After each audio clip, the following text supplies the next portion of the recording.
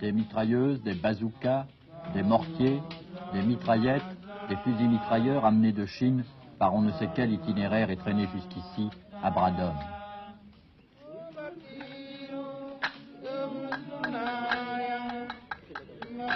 Ici, c'est la Guinée portugaise, le nombril du continent africain, un nombril douloureux qui donne la fièvre aux frontières. La Guinée portugaise, ce sont 800 000 habitants vivant sur 36 000 km², 4 départements français. Quelques-uns des derniers Africains à vivre sous domination étrangère, celle du Portugal. Et depuis 1962, une partie de ce pays tente de jeter l'armée portugaise à la mer. Vous allez partager la vie de ces gens-là, les nationalistes comme ils se nomment, pendant une semaine, au moment où, une fois encore, les Nations Unies vont demander à Lisbonne de décoloniser. Voici la base de Maquet, dans le nord du pays, en pleine brousse. Et déjà les premières images inquiétantes de la guerre. Nous, on ne lutte pas pour les peaux blancs ni peaux noires. Nous, on luttait pour liberté de notre peuple du joug colonial, d'exploitation, colonialisme portugais. Nous ne sommes pas contre les peaux blancs. Nous avons ardemment le président Mao Tse-tung. Le président Mao est non seulement le grand dirigeant du côté chinois et de la pro-asiatique, mais aussi le grand Les radios Pékin. Il ne faudra pas oublier de demander tout à l'heure aux responsables du maquis si la révolution est communiste. Radio Pékin émet en français de Dar es Salaam, en Tanzanie, de l'autre côté de l'Afrique, dans les reins du continent. Nous l'écouterons chaque soir. L'armement vient de Pékin et Kemo Mané, le responsable de la base, a été formé en Chine. Il ne faudra pas oublier de poser la question. Avant d'aller en Chine, il avait déjà des activités militaires. Parce que c'est après le déclenchement du combat.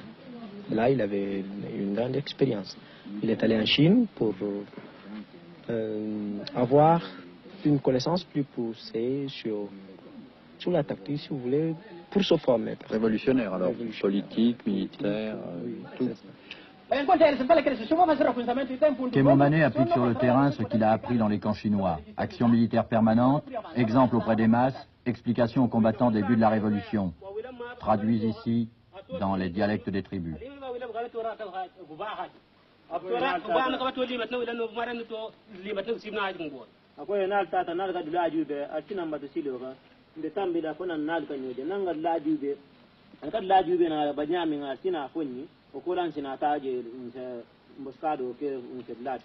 Era que não explicar camarada por um canto e outro camarada que se para quem manda agora não vai na combate da onde? Mas ali a hoje não tinha confiança como não manda já conhecimento que manda agora não avança. Não tinha na vida para sobre a libertação do nosso povo. Aí preciso agora para todo camarada que pegar arma na mão, para saber quem que dá puja. E preciso agora para todo camarada que pegar arma não, e tem disciplina militar e tem disciplina popular. Mas se não encaja ali, que tem mais discute na caminho, não por ter democracia ali, aquela que está fazendo na combate, aquela que está fazendo na missão. É que manda na missão agora entra trabalhando para missão, agora vou ter direito agora para vou discutir ainda depois você sai. Era que não explicar camaradas. Quem acha que entende falar na metade camaradas.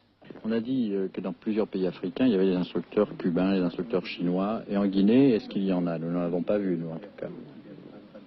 Cela, non, il n'y en a pas. Il n'y en a pas en Guinée? Nous n'avons pas d'instructeurs cubains ni chinois.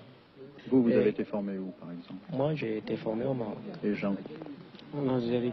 En Algérie? Oui. Tous les deux, vous n'avez jamais été à Moscou ou à Pékin? Pour ma part, non, jamais. Alors, qu'est-ce que vous avez appris au Maroc, vous, par exemple? J'ai reçu une formation militaire. Militaire uniquement? Uniquement. Et vous, en Algérie? Oui, Militaire? C'est-à-dire action de commando, des choses comme ça? Nous découvrons une révolution. Peut-être la première révolution africaine organisée et armée à ce stade. Nous attendions des coupes-coupes et le terrorisme avec le fusil caché dans la rizière et la grenade enfouie dans le toit de la maison.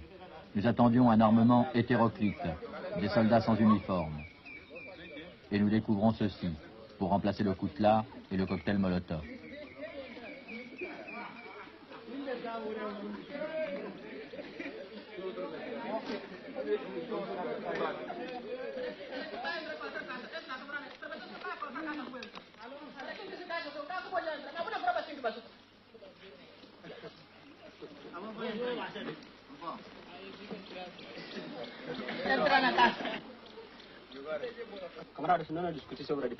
Autour de Kémo Mané, les responsables des groupes pour l'organisation des combats de demain.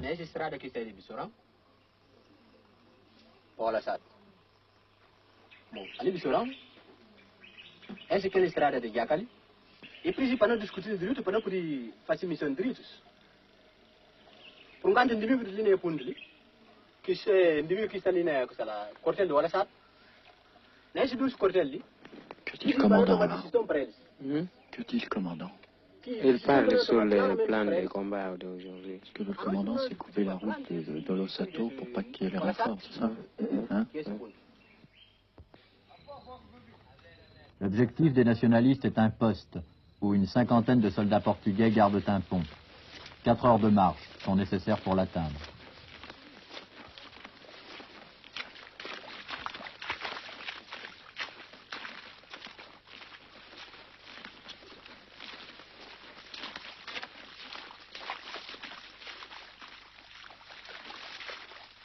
Les forces portugaises sont entièrement défensives. Et pour avoir des rencontres avec les Portugais, il faut que nous ayons les chercher dans les camps, dans les casernes.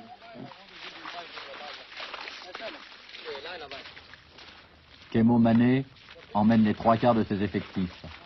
Demeurent à la base le commissaire politique, un groupe de garde et les femmes.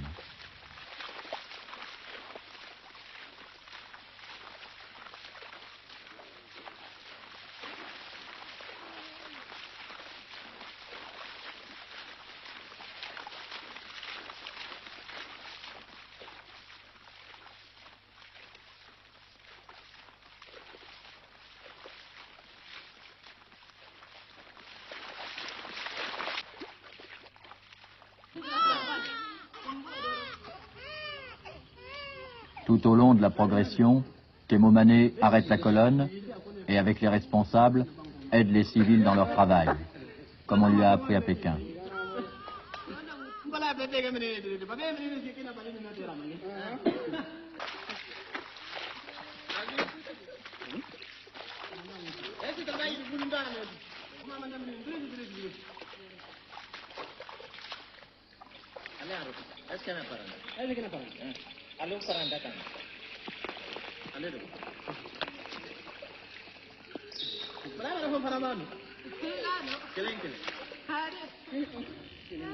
Il faut se sentir parmi les populations comme un poisson dans l'eau, me fait dire Kémo. J'ai déjà entendu cela quelque part.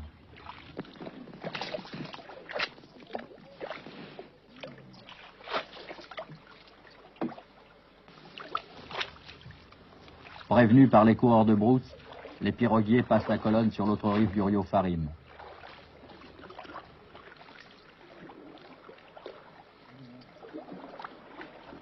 Dans la jungle impénétrable, les fauves sont plus à craindre que les Portugais qui ne sortent pas de leur camp.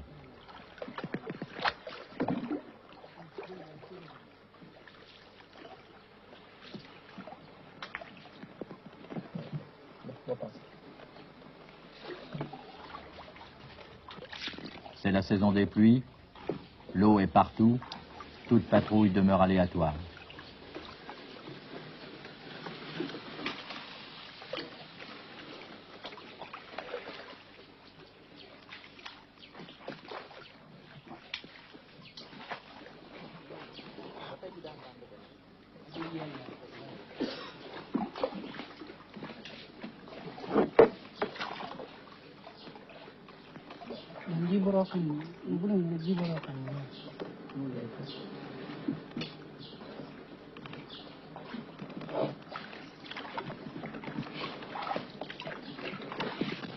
Kemo, qui est le responsable de cette région, travaille avec les populations pour montrer que dans notre lutte, ce n'est pas seulement la lutte militaire qui compte, c'est le travail de chacun qui contribuera pour la libération de notre pays.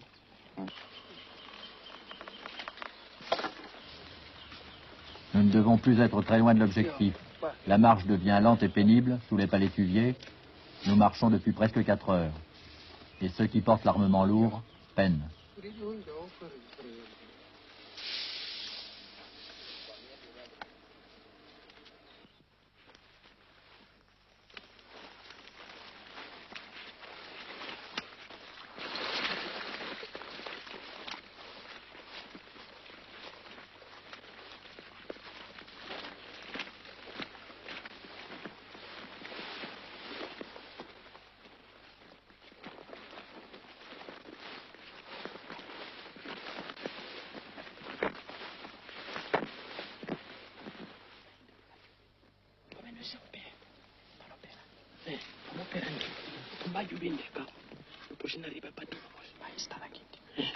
Il dit de l'attendre ici parce que nous sommes très près du pont et qu'il va installer les hommes et après venir nous chercher pour que nous allions commencer le film. On va regarder la condition d'abord.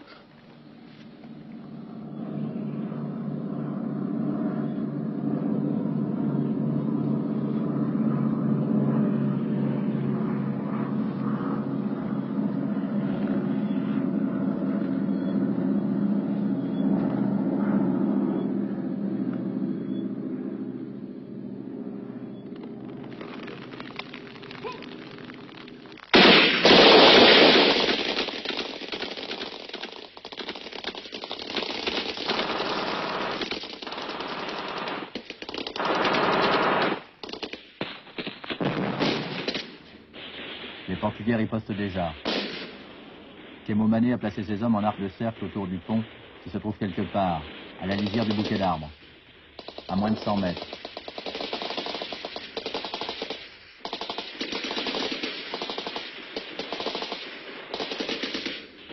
Cela ne va pas durer longtemps. Kemo m'a parlé de 5 minutes, et après le repli, avant l'intervention de l'aviation.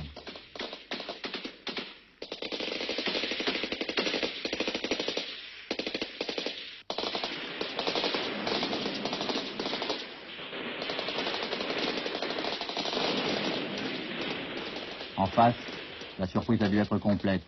Les tirs sont imprécis.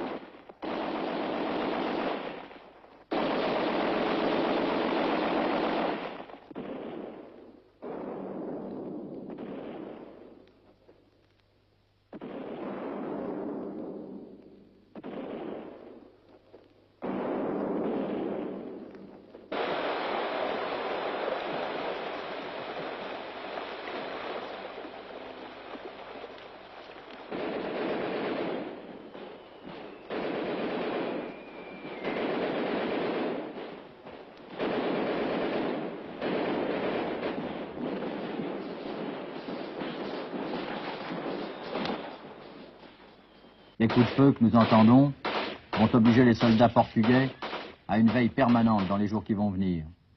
Et ces mêmes coups de feu résonnent peut-être jusque dans les couloirs des Nations Unies. Alors si l'objectif militaire n'est que partiellement détruit, l'objectif diplomatique sera certainement atteint.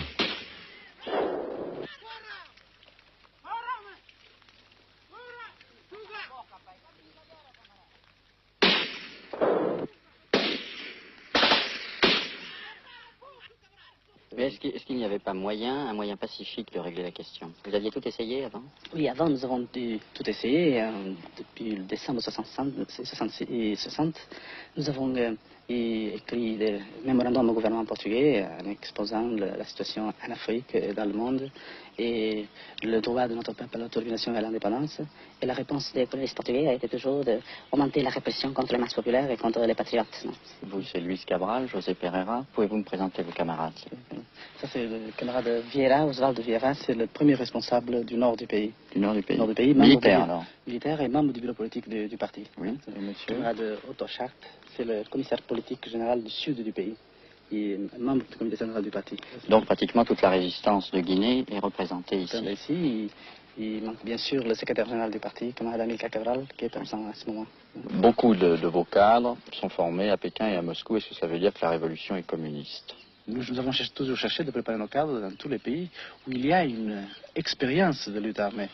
Mais cela ne veut pas dire que si nos cadres sont préparés en Chine, à Moscou, aux États-Unis ou n'importe où, que nous soyons obligés de suivre la politique de ces pays.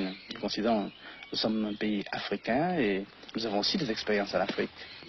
Ici, les têtes et les reins des hommes remplacent les bicyclettes que Giap envoyait hier à Dien Bien Phu et aujourd'hui sur la piste Ho Chi Minh. Ces hommes viennent du Sénégal et de Guinée, porteurs de ravitaillement. Les pistes qu'ils suivent ne mènent pas seulement en Guinée portugaise, mais aussi en Angola et au Mozambique, peut-être ailleurs même. Dans très peu de temps, nous pensons qu'il sera possible aussi de déclencher la surarmée aux îles du Cap-Vert, où la situation politique est mûre pour cette nouvelle phase de la lutte.